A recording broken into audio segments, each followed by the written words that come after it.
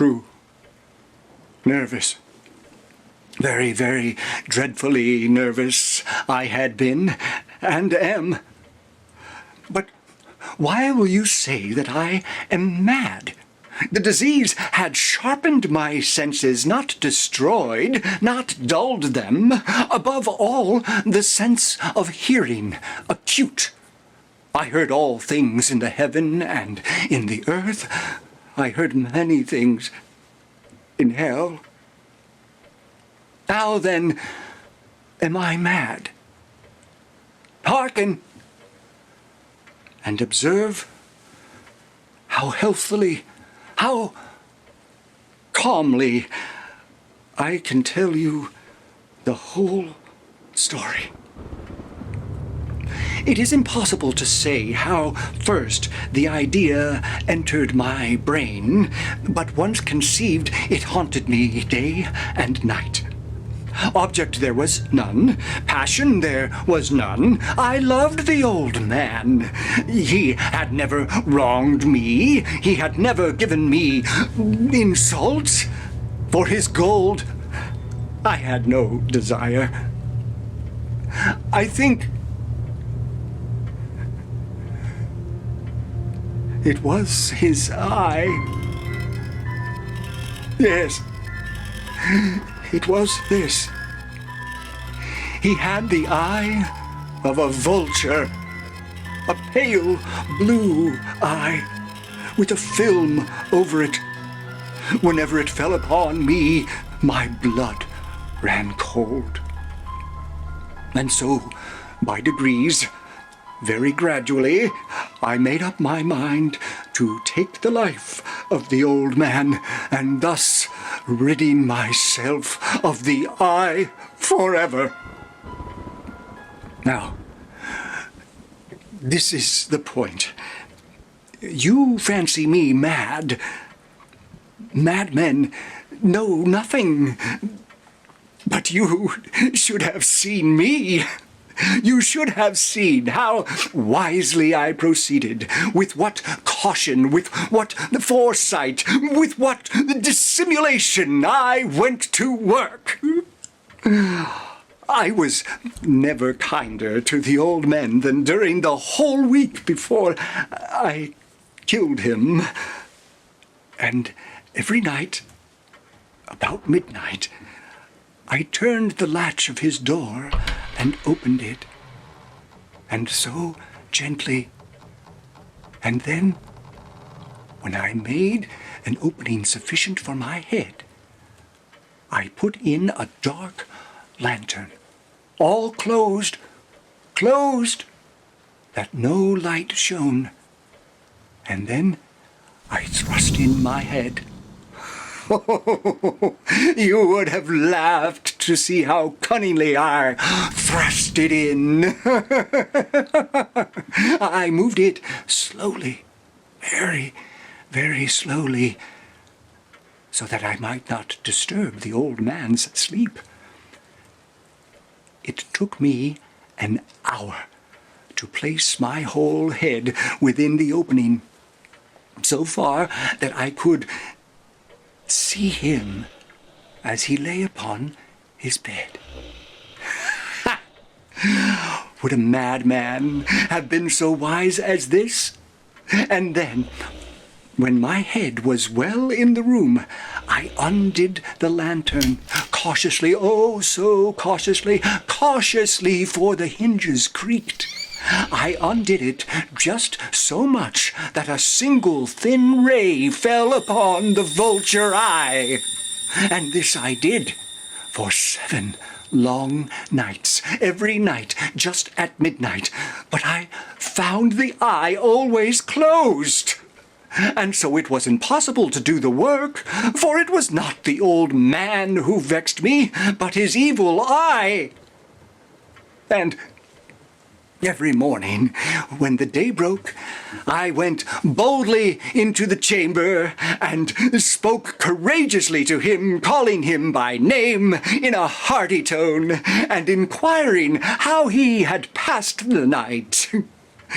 So you see, He would have been a very profound old man indeed to suspect that every night, just at 12, I looked in upon him while he slept.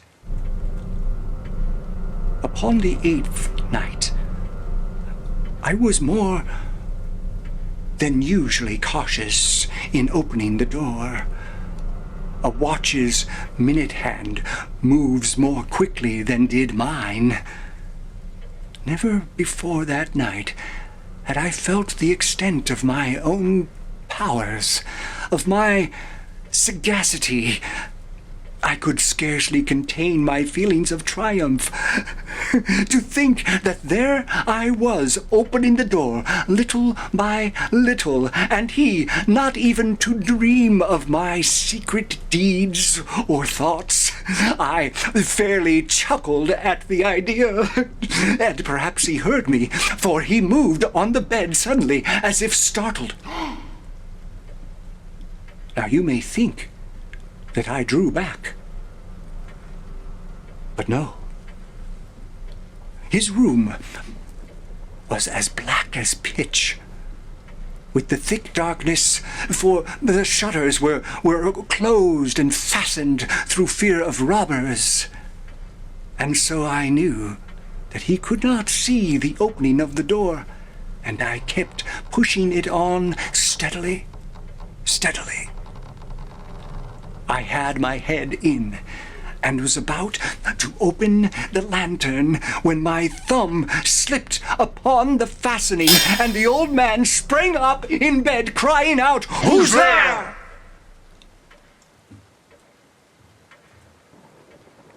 I kept quite still and said nothing. For a whole hour, I did not move a muscle. And in the meantime, I did not hear him lie down. He was still sitting up in the bed, listening, just as I have done, night after night, hearkening to the death watches in the wall. Presently I heard a slight groan, and knew it was the groan of mortal terror. It was not a groan of pain or of grief. Oh, no. It was the low, stifled sound that arises from the bottom of the soul when overcharged with awe. I knew the sound well. Many a night, just at midnight, when all the world slept, it has welled up from my own bosom, deepening with its dreadful echo the terrors that distracted me. I say I knew it well. I knew what the old man felt, and pitied him, although I chuckled at heart. I knew that he had been lying awake ever since the first slight noise when he had turned in the bed. His fears had been ever since growing upon him. He had been trying to fancy them causeless, but he could not. He had been saying to himself, "Oh, it is nothing but the wind in the chimney. It is only a mouse crossing the floor, or it is merely a cricket which has made a single chirp." Yes, he had been trying to comfort himself with these suppositions, but he had found them all in vain. All in vain, because death, in approaching him, had stalked with his black shadow before him and enveloped the victim. And it was the mournful influence of the unperceived shadow that caused him to feel, although he never saw nor heard, to feel the presence of my head within the room. When I had waited a long time, very patiently, without hearing him lie down, I resolved to open a very little crevice in the lantern, So I opened it. You cannot imagine how stealthily, until at length, a simple, dim ray, like the thread of a spider, shot out from the crevice and fell upon the vulture eye. It was open. It was wide open, and I grew furious as I gazed upon it.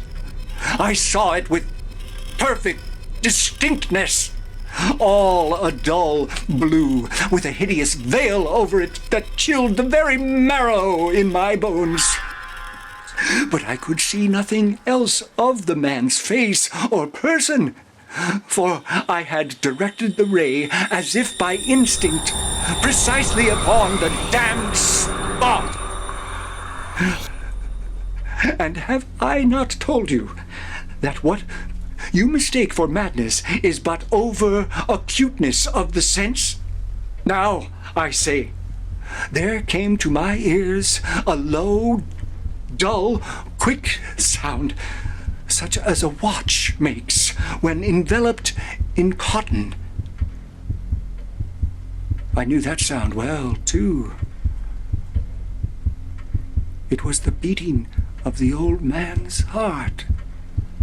It increased my fury, as the beating of a drum stimulates the soldier into courage. But even yet, I refrained and kept still. I scarcely breathed. I held the lantern motionless.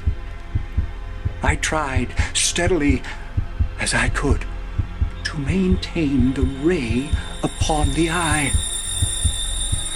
Meantime, the hellish tattoo of the heart increased.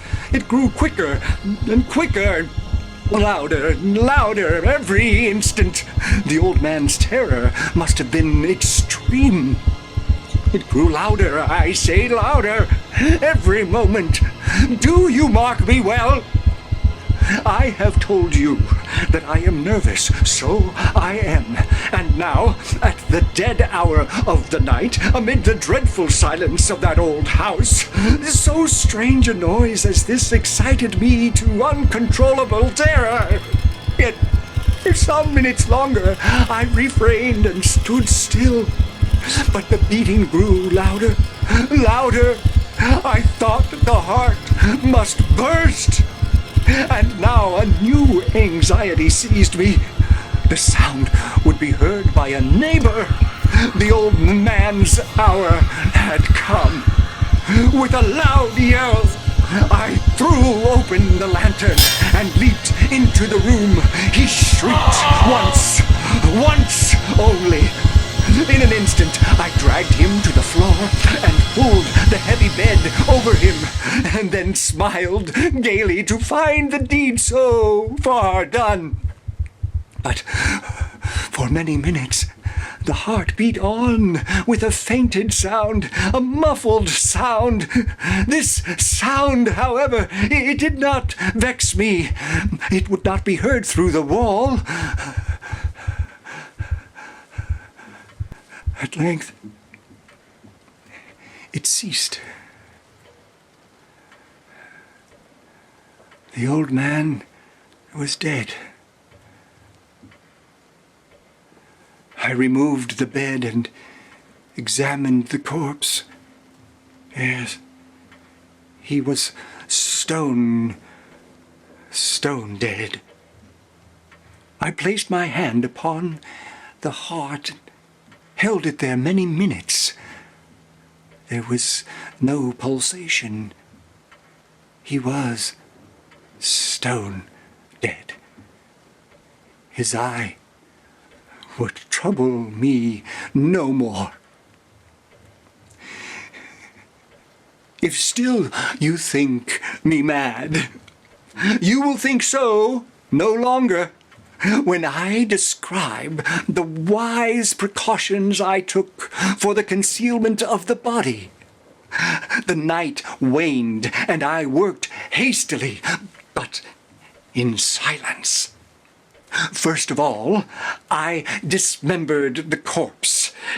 I cut off the head, and the arms, and the legs. I then took up 3 planks from the flooring of the chamber, and deposited all between the scantlings. I then replaced the boards so cleverly, so cunningly, that no human eye, not even his, could have ever detected anything wrong. There was nothing to wash out, no stain of any kind, no blood spot whatsoever. I had been too wary for that. A tub had caught it all.